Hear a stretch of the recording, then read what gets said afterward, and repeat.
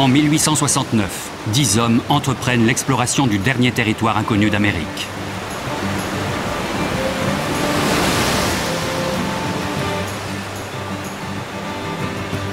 John Wesley Powell, major manchot, conduit la première aventure le long du fleuve Colorado en empruntant le Grand Canyon.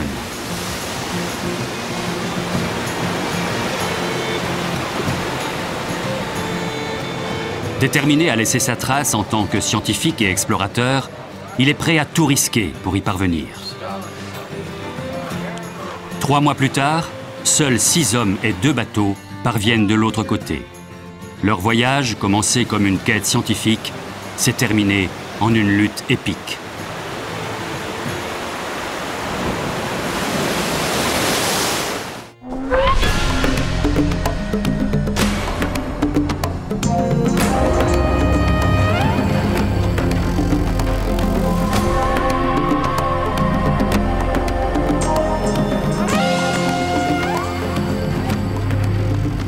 Aventure.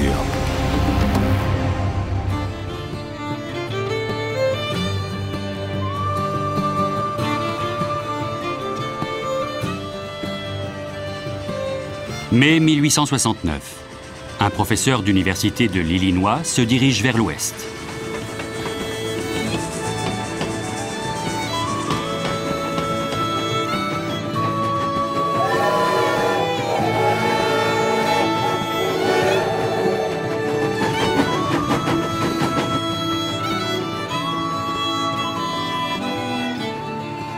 Sa destination, la colonie de Green River dans le Wyoming.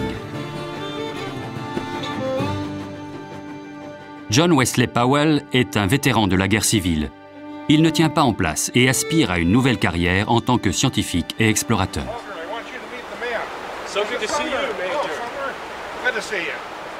La mission de Powell consiste à conduire vers l'inconnu une expédition fluviale. Il faut descendre le Colorado vers le Grand Canyon. Powell et son frère Walter rencontrent les 8 hommes réunis pour participer à sa recherche. Pour la plupart originaires de l'Est, comme Powell, certains sont aussi des vétérans de guerre. Et ils n'ont aucune expérience de la navigation, ni des fleuves.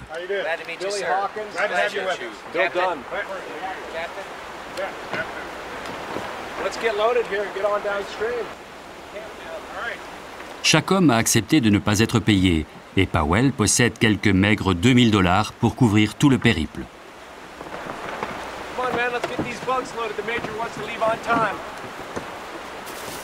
Depuis la fin de la guerre civile, 4 années ont passé. L'Amérique, meurtrie, soigne ses blessures. À ces hommes, l'Ouest offre un nouveau départ. Pour les transporter, Powell a conçu 4 bateaux solides et assez grands pour contenir l'équivalent de 300 jours de vivres. Son but, établir la carte des environs encore inexplorés du fleuve et produire la première étude géologique des canyons avoisinants. Powell baptise son bateau Emma Dean en l'honneur de sa femme. Les hommes baptisent les 3 autres navires Maid of the Canyon, la jeune fille du canyon, Kitty Clyde Sister, la sœur de Kitty Clyde, et le dernier, No Name, le sans nom.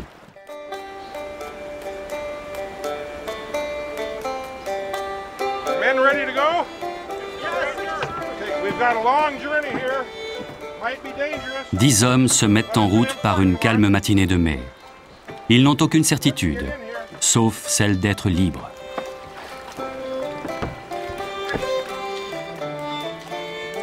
Nous hissons notre petit drapeau et nous éloignons du rivage en poussant nos bateaux rapidement entraînés par le courant.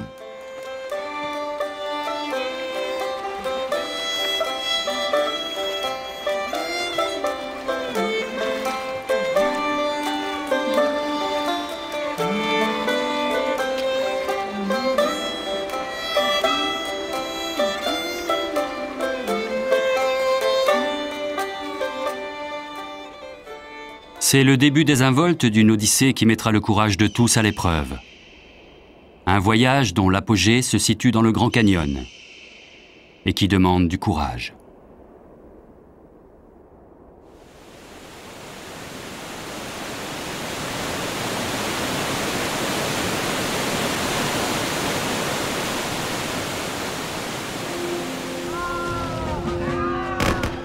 La saga de John Wesley Powell débute en 1862 pendant la guerre la plus sanglante de l'histoire américaine.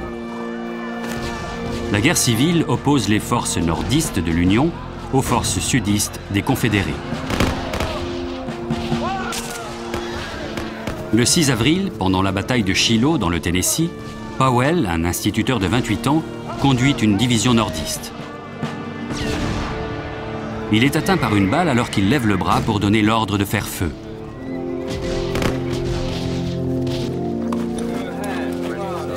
Dès le lendemain, son bras droit sera sommairement amputé à partir du coude. Powell souffrira toute sa vie de terribles douleurs à cet endroit. Blessé, mais pas vaincu, il retourne au champ de bataille, promu au grade de major. La fin de la guerre laisse une nation d'hommes mutilés dont il fait partie.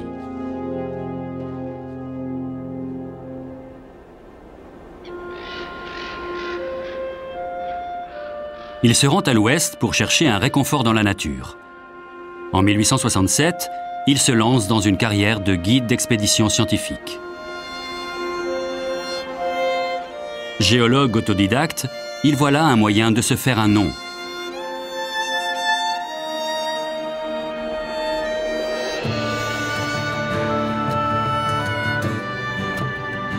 Après la guerre, il découvre la beauté sauvage de l'Ouest.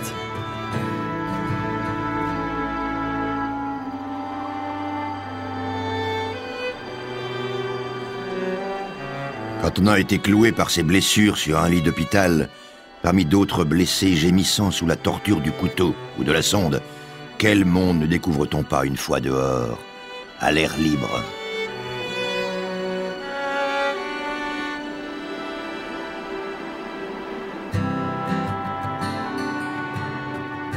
Lors d'une expédition dans le territoire du Colorado, Powell est rejoint par un autre vétéran de la guerre civile. Celui-ci lui suggère un plan qui pourrait les rendre célèbres, la descente du mystérieux fleuve Colorado. Il s'appelle Jack Sumner, un fermier de 28 ans, originaire de l'Iowa. Lui aussi est un fugitif, en quête du Grand Ouest vierge.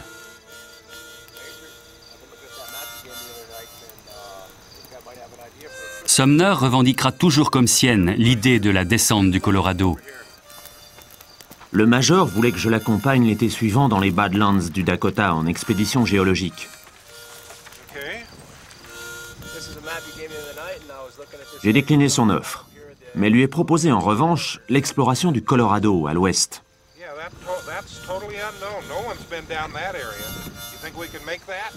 D'abord, il a trouvé l'idée imprudente et impossible.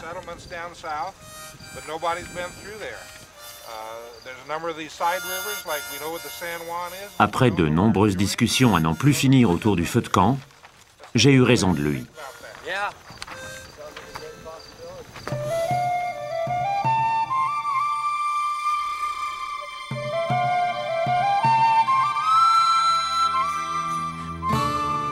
La destination que propose Sumner est la dernière portion continentale des États-Unis à ne figurer sur aucune carte, longue de plus de 800 km et large de plus de 300. Les fleuves Green et Grant descendent vers le sud et forment le Colorado, mais on ne sait rien de leur point de jonction.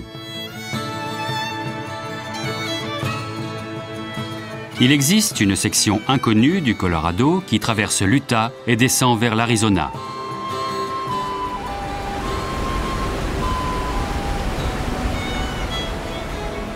On trouve des Indiens et des Mormons installés dans la région, mais le cours du fleuve lui-même demeure la dernière grande énigme du continent.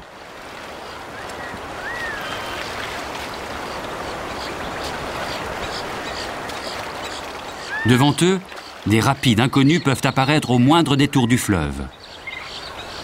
Mais Powell est prêt à prendre tous les risques.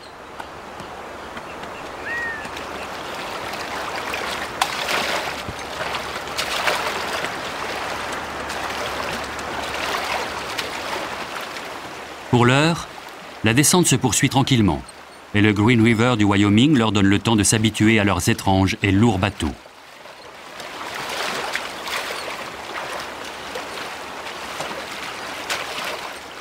Ces hommes ont gagné l'Ouest pour fuir la discipline.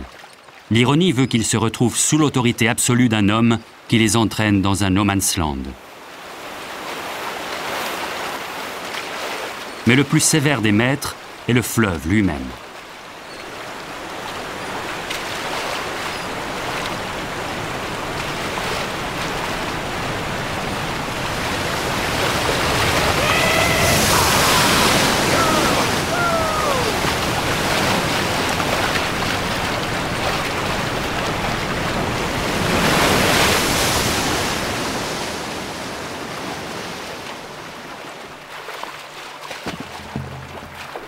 Dans ce pays de pionniers, Indiens et Blancs partagent une paix fragile. Mais Powell a du respect pour les Indiens. Il a appris leur langue et leurs coutumes, et il pense qu'aucun mal ne sera fait à ces hommes.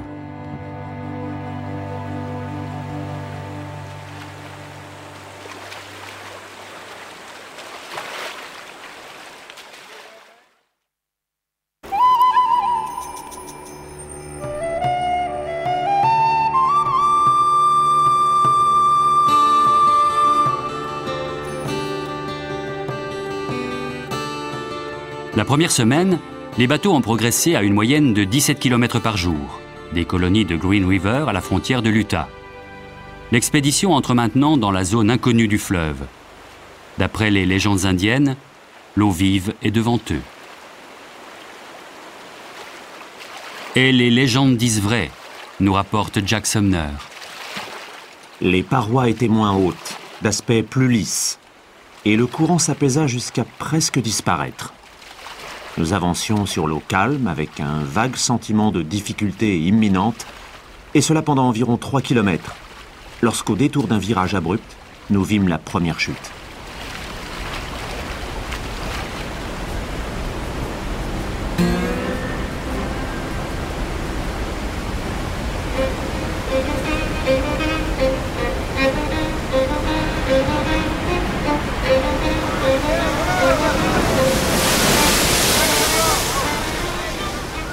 Powell ordonne que l'on décharge les bateaux pour les descendre lentement le long du fleuve sur de robustes cordes. Les hommes grognent devant un tel labeur et préféreraient tenter leur chance par les rapides. Mais les ordres de Powell ont force de loi. Pour une victoire complète, il ne doit abandonner au fleuve ni bateau, ni hommes, ni provisions.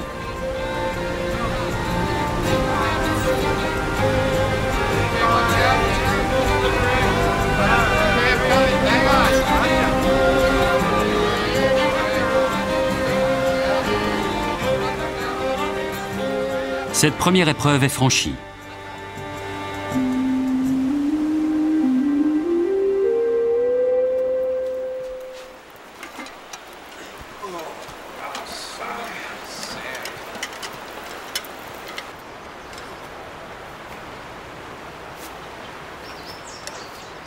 C'est là, dans ce territoire inconnu, que commence vraiment le travail scientifique de Powell. Il utilise des baromètres sensibles pour mesurer la hauteur des parois du canyon, dans l'espoir d'établir le premier relevé topographique de la région. Mais le fleuve va contrecarrer ses plans.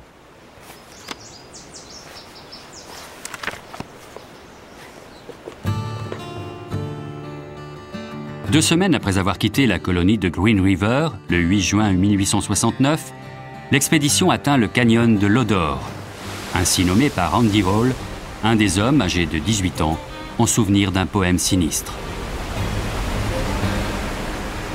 À Lodore, le désastre frappe. 3 des membres du No Name ne voient pas le signal de Powell au moment de tirer vers la rive. Horamen Holland, Frank Goodman et Bill Dunn sont précipités dans les rapides déchaînés.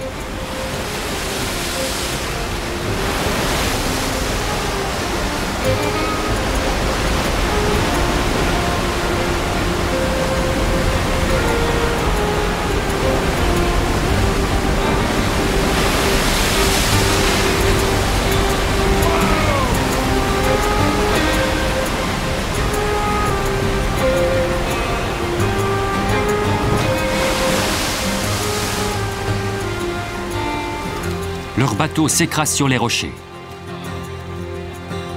Les hommes s'en sortent de justesse.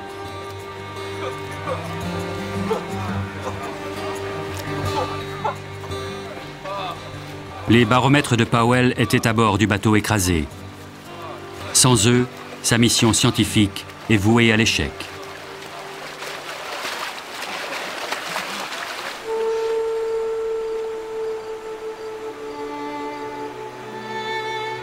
Dans ces heures sombres, je ne trouve pas le sommeil. Les baromètres sont perdus.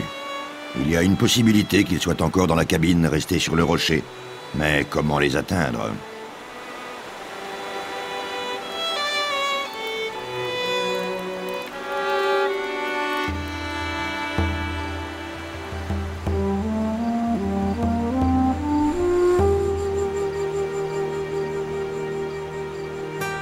Jack Sumner pressent que l'incident a engendré chez le major Powell une rancune qui finira par diviser tout le groupe. Ce naufrage a marqué le début de bien des querelles entre O.J. Howland et Bill Dunn.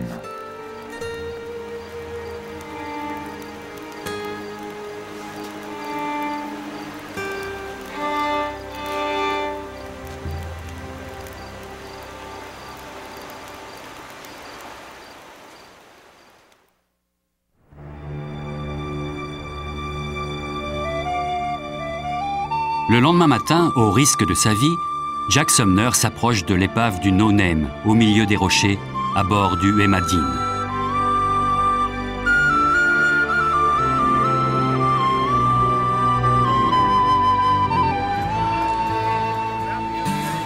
Il en revient avec les précieux baromètres du Major et un tonnelet de whisky clandestinement embarqué par Oramel Howland. Cette fois, Powell fermera les yeux. Le professeur était tellement heureux d'avoir retrouvé ses baromètres qu'on aurait dit une jeune fille avec son premier amoureux. J'ai essayé de faire une plaisanterie, mais je n'ai pas pu.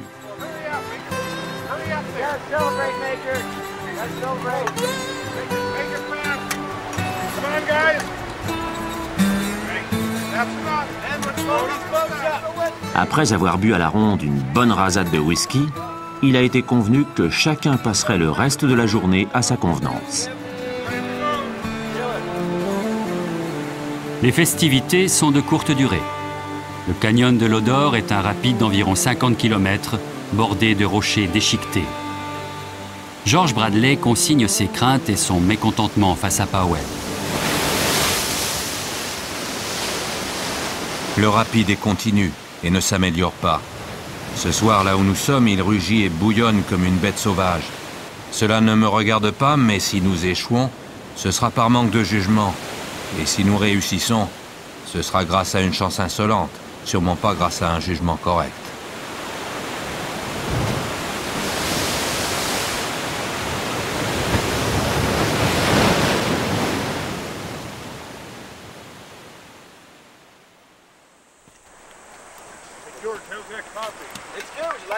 Au camp, Powell exerce un commandement d'officier. Le cuisinier, Billy Hawkins, lui sert à dîner tandis que de leur côté, les hommes se débrouillent.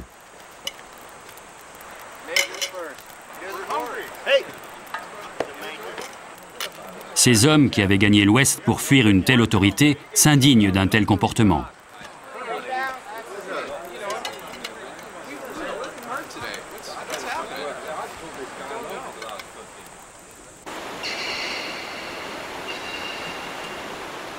Au bout de 10 jours, les rapides de l'Odor sont enfin vaincus. Alors qu'ils s'éloignent du canyon, George Bradley exprime son soulagement. C'est le pire que nous ayons vu jusqu'ici, et je le prédis, le pire que nous verrons jamais. Mais Bradley ne peut imaginer la furie du fleuve en aval.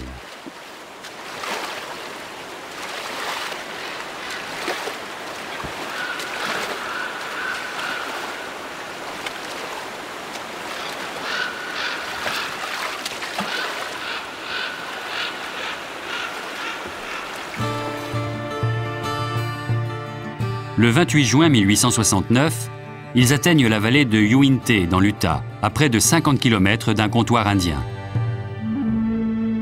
C'est la première occasion qui s'offre aux hommes d'abandonner l'expédition de Powell. Accompagné de 4 hommes, celui-ci part au ravitaillement à pied. Pour les autres, c'est le moment de décider s'ils veulent continuer ou pas. Au comptoir, Powell découvre un avis de décès le concernant. 2 escrocs ont chacun prétendu être le seul survivant de l'expédition Powell.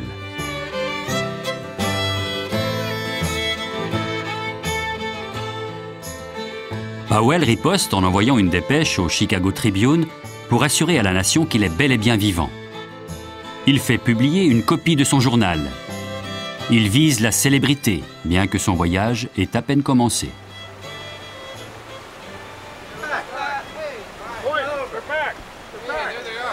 Les hommes savent que ce sera leur dernier contact avec la civilisation pendant au moins 950 km.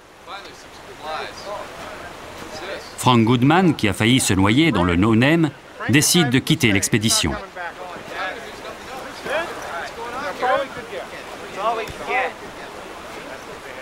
Le retour de Powell provoque la colère des hommes. Appauvri, il n'a pu se permettre qu'un maigre réapprovisionnement. Jack Sumner est indigné. Le major Powell n'a ramené qu'une poignée de denrées, alors qu'il y en avait en abondance. C'est tellement pingre et stupide de sa part, d'aussi misérables rations pour 9, alors qu'un voyage de plus de 1000 km dans un canyon inconnu nous attend.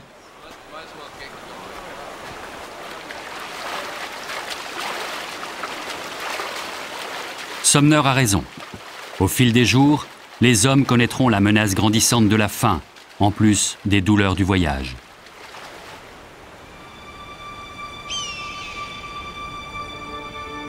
L'expédition s'engage alors dans l'exploration d'un canyon vierge. Powell sera le premier homme à en dresser la carte. Il va vite comprendre pourquoi cette zone est inexplorée. C'est un désert aride et inhospitalier de roches flamboyantes. Le canyon devenait une prison. Même s'ils choisissaient d'abandonner Powell, les hommes ne pouvaient aller nulle part. Les rafales d'air brûlant qui s'engouffrent dans ces gorges rocheuses nous rappellent qu'abandonner pour rejoindre la civilisation équivaudrait à une mort certaine.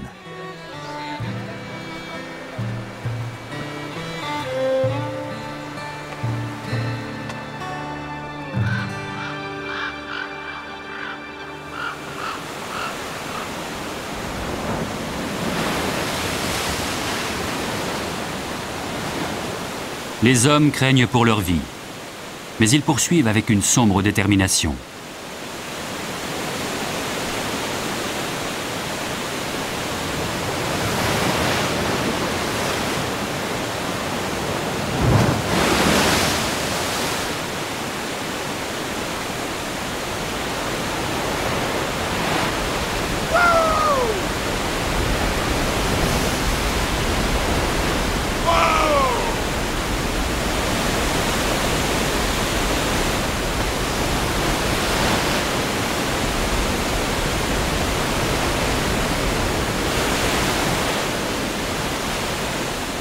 Au cours de la 7e semaine de voyage, l'Emma Dean chavire.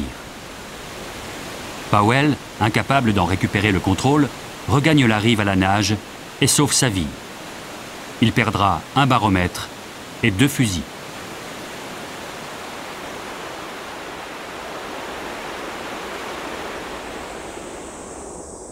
Pourtant, le major poursuit son but, voyant de la splendeur là où Bradley ne voit qu'une terrible désolation. Tout le pays est d'une désolation à peine concevable. Il n'y a guère d'oiseaux sauf un corbeau de mauvais augure ou rarement un aigle qui nous survole en criant. On est saisi d'un sentiment de solitude si l'on regarde cette petite équipe de 3 bateaux et 9 hommes à des centaines de kilomètres de toute civilisation lancée dans une course dont l'issue sera désastreuse de la vie de tous.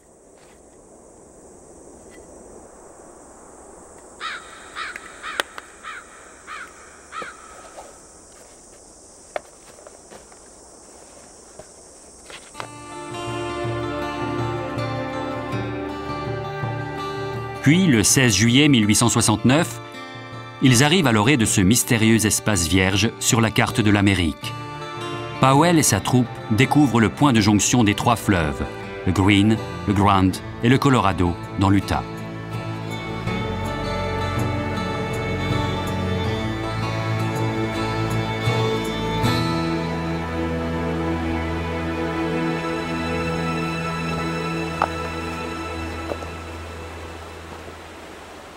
Cette découverte est l'un des mystères de la géographie résolus par Powell. Encore faut-il qu'il survive pour ramener son rapport. Les rations diminuent dangereusement. La farine a pris l'eau et a séché tant de fois qu'elle est moisie et s'est durcie en gros morceaux. Nous l'avons tamisée à travers une moustiquaire, mais nous en avons perdu presque 100 kilos. Only a couple bites each for each of the men.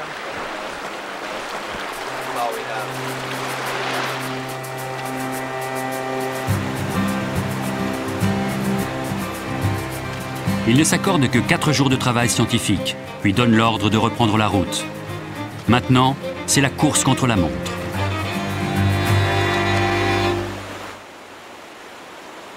« 21 juillet 1869. L'expédition se lance sur le Colorado, encore inexploré. Les plus grandes découvertes sont à venir, mais pour les hommes, la survie l'emporte sur la science.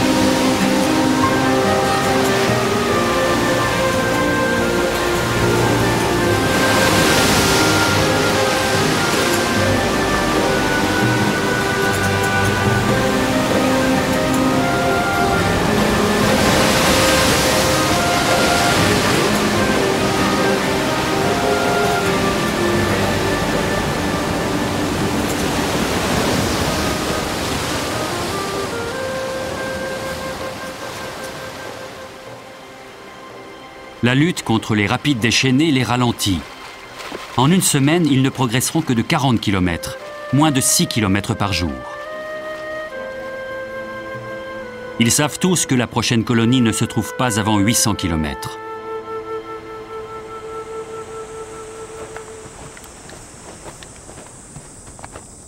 Dans ce tumulte boueux qu'est le Colorado, la pêche ne donne rien. Et la chaleur extrême du canyon éloigne les animaux. Les groupes de chasseurs reviennent épuisés et bredouillent.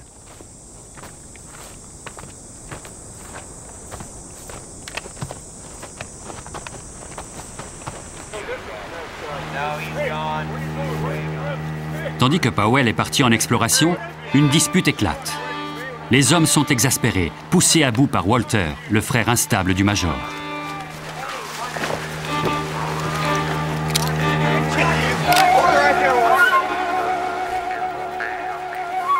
Les armes surgissent et les hommes s'immobilisent, tendus. Isolé, Walter se dérobe.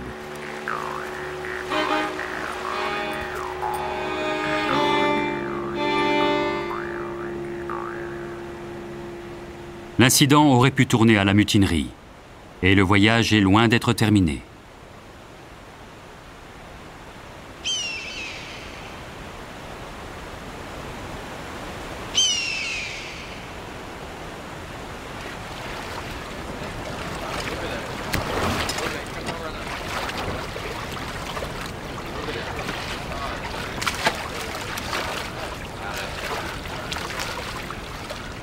Powell ignore l'humeur sombre du groupe.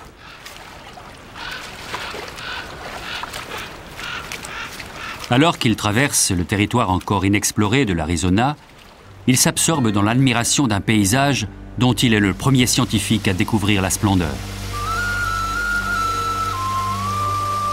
Ils atteignent une chute d'une beauté saisissante, que Powell nomme le paradis de Vazay, en souvenir d'un ami botaniste.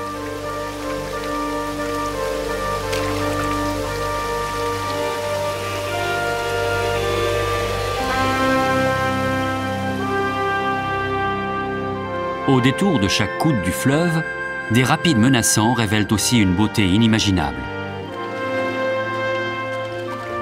Le 13 août 1869, ils atteignent finalement ce trésor que Powell a voulu offrir à l'Amérique, le Grand Canyon. Ils sont les premiers Blancs à le voir depuis le fleuve.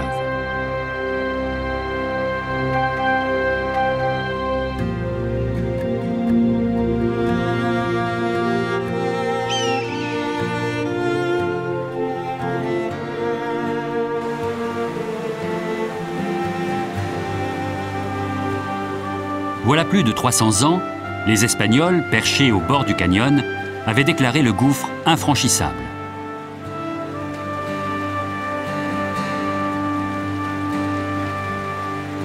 Ils avaient appelé le fleuve le Colorado, ce qui signifie coloré, et l'admiraient avec crainte, sans oser se risquer à y naviguer.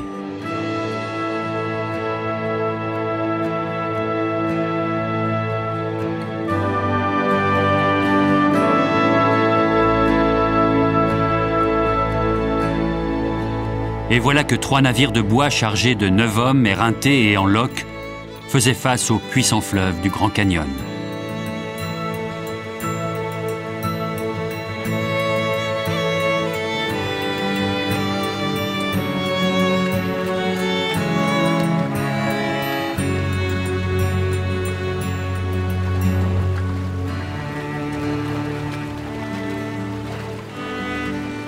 Chaque kilomètre révèle une nouvelle splendeur. Ils sont tombés sur l'une des plus grandes merveilles naturelles du Nouveau Monde.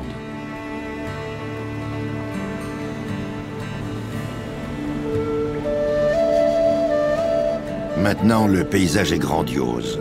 De très nombreuses grottes sont visibles, tellement imposantes et impressionnantes qu'aucun terme d'architecture ne peut en rendre compte.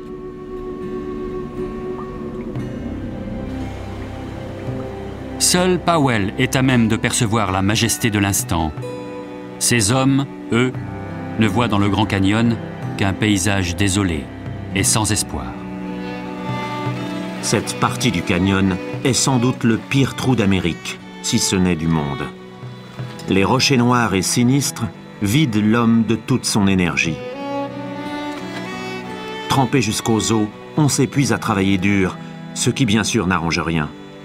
Il faut avancer ou mourir de faim sur place.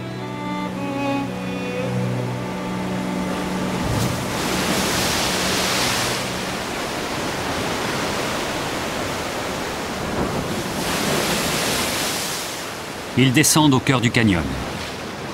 Le Colorado bouillonne, sauvage et puissant. 33 rapides le premier jour et des centaines d'autres encore inconnus les attendent.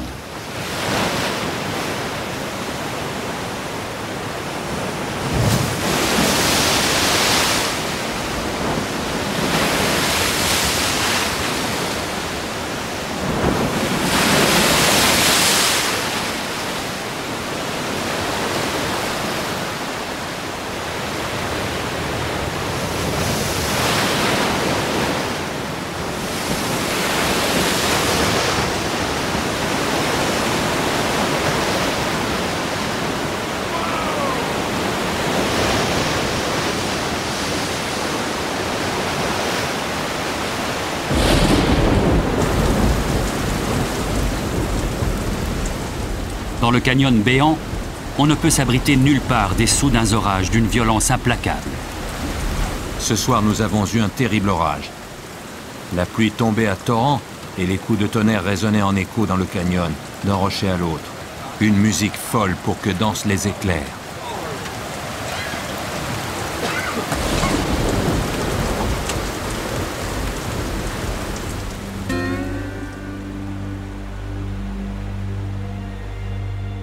Le paysage monumental qu'il traverse défie toute description. Le fleuve déchire le continent, telle une impasse rugissante entre nord et sud. L'extrémité nord culmine à presque 2500 mètres, tandis qu'au sud, l'extrémité s'élève à plus de 1600 mètres.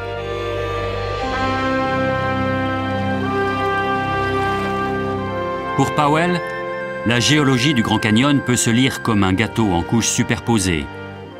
Plus d'1 milliard d'années de l'histoire de la Terre dans l'ordre chronologique, du fleuve au sommet.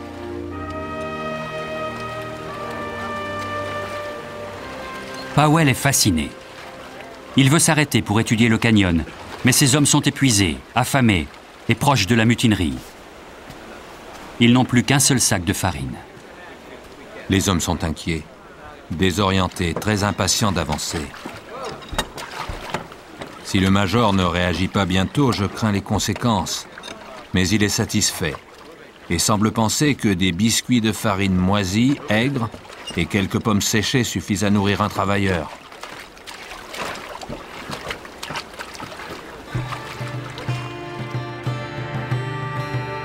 Selon les cartes de Powell, voilà déjà 80 km qu'ils auraient dû sortir du canyon. Désespérés, les hommes comprennent alors que leur chef ne sait pas du tout quand se terminera leur odyssée. Ils sont perdus.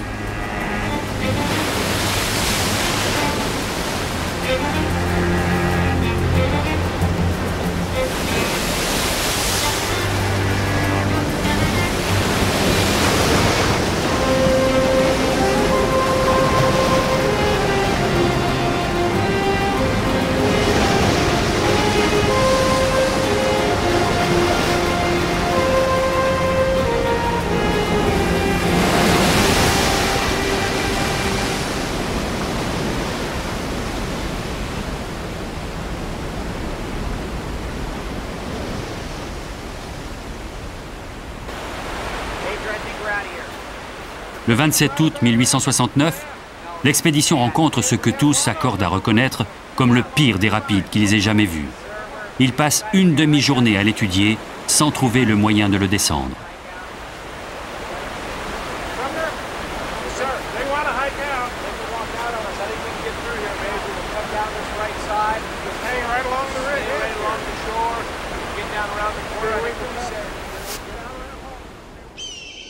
L'autorité de Powell finit par s'éroder. George Bradley sent naître la rébellion parmi les hommes. Il y a ce soir au camp du mécontentement dans l'air. J'ai peur qu'une partie du groupe ne prenne la montagne, mais j'espère que non. C'est décidément le jour le plus sombre du voyage, mais je ne désespère pas encore. Je serai parmi ceux qui tenteront une descente des rapides plutôt que de passer par la montagne. Bradley reste, mais 3 autres ont atteint le point de non-retour face à Powell. Oramel Howland, son frère Seneca et Bill Dunn décident de ne pas reprendre les bateaux. Ils vont essayer de s'en sortir par les terres.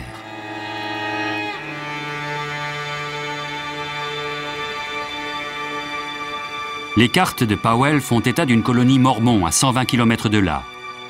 Une marche longue, dangereuse, mais encore plus longue en empruntant le fleuve et ses méandres.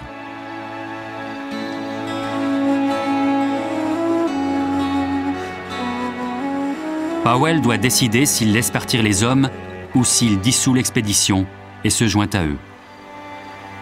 Je n'arrive pas à dormir. C'est une nuit très claire et je compte faire quelques observations avec le sextant. Est-il sage de continuer?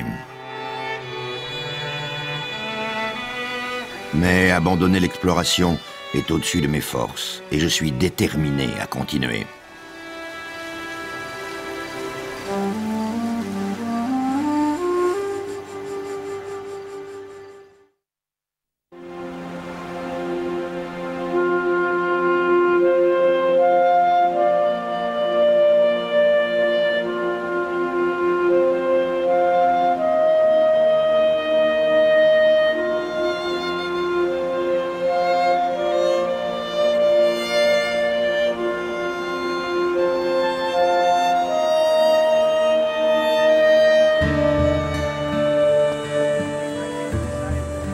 À l'aube, ils conviennent de se séparer. Chaque groupe pense que l'autre prend le plus grand risque. On s'échange des messages et des souvenirs. Même Powell n'est plus très sûr d'avoir fait le bon choix. Les divergences sont oubliées.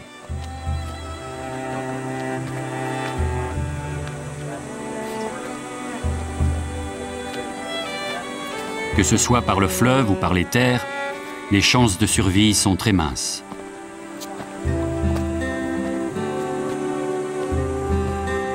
Ils se quittent bons amis et se souhaitent bonne chance.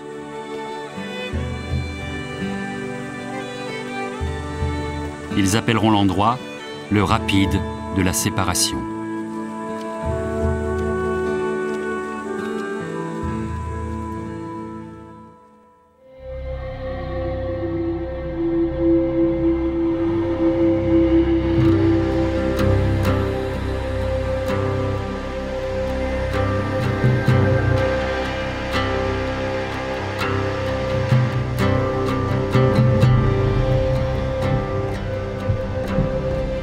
Le 28 août 1869, pas de recul possible pour ceux qui ont choisi la voie du fleuve.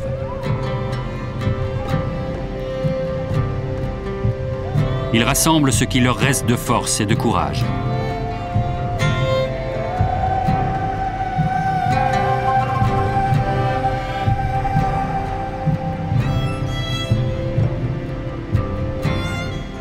Leur survie dépend de ce qu'ils ont appris lors de ces 3 mois passés sur le fleuve.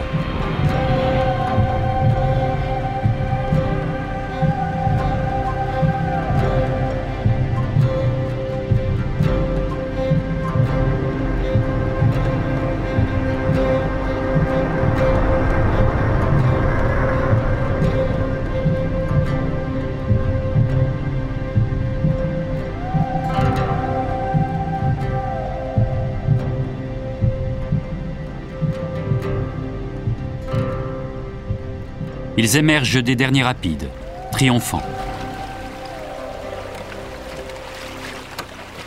Powell envoie un signal aux déserteurs.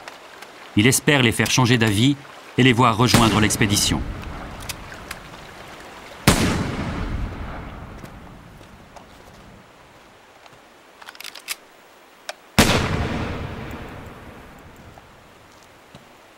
Ses espoirs s'effondrent, car les frères Howland et Dunn ont pris leur décision. Il se passe très bien du Major et de sa quête.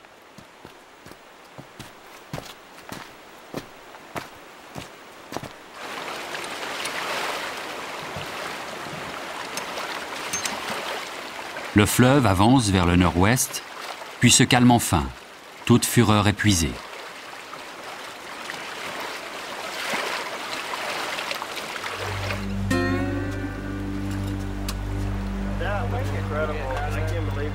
Powell savoure une victoire douce amère. Les déserteurs ne pouvaient imaginer que leur décision interviendrait juste avant les derniers rapides du Grand Canyon.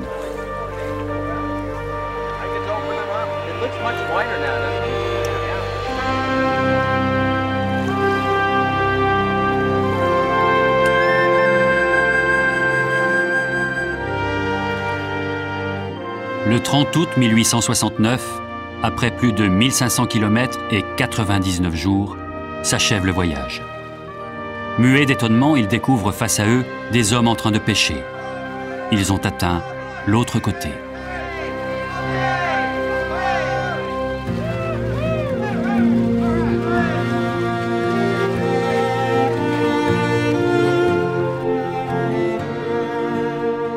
Après 2 milliards d'années de majesté silencieuse, le Grand Canyon a été découvert. La quête de Powell est achevée. Toutefois, sa conscience ne cessera de le tourmenter avant d'avoir retrouvé trace des 3 déserteurs.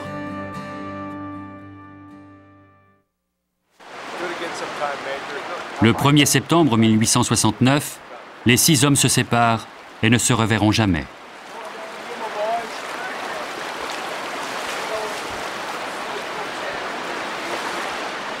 Laissant derrière eux les terribles rapides, Sumner et Bradley se dirigent vers Yuma, tandis que Hawkins et Hall atteignent Mexico et l'embouchure du Colorado.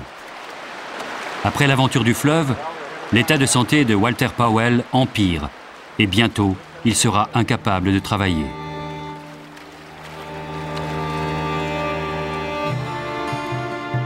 Le périple des frères Powell s'achève à Salt Lake City au bout de 650 km le 15 septembre. Il y apprend de terribles nouvelles. On rapporte que Howland et Dunn ont été tués par les Indiens. D'autres prétendent que ce sont les colons blancs qui ont assassiné les hommes affamés. Une fois de plus, comme Powell l'a appris à la guerre, le sacrifice est le prix de la victoire.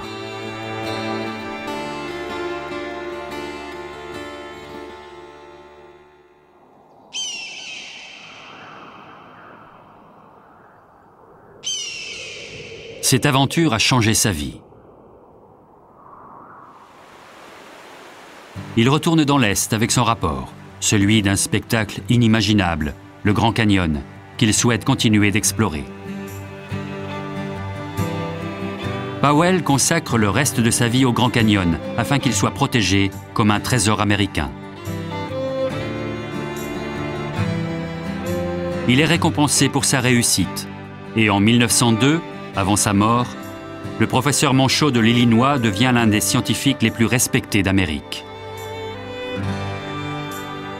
Il conduit le développement des institutions les plus respectées de la nation, le US Geological Survey, le Smithsonian, la National Geographic Society.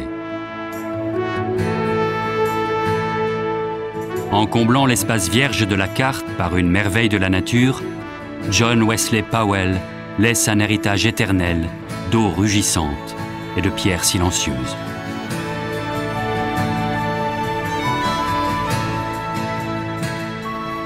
Devant nous, c'est toujours trouver l'inconnu et le danger. Dans le Grand Canyon, chaque aube a été une heure de labeur.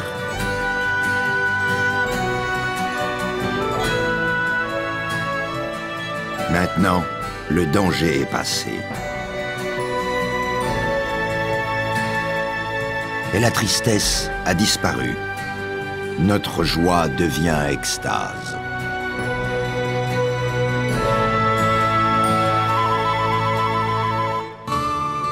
Commentaire, Régis Royac.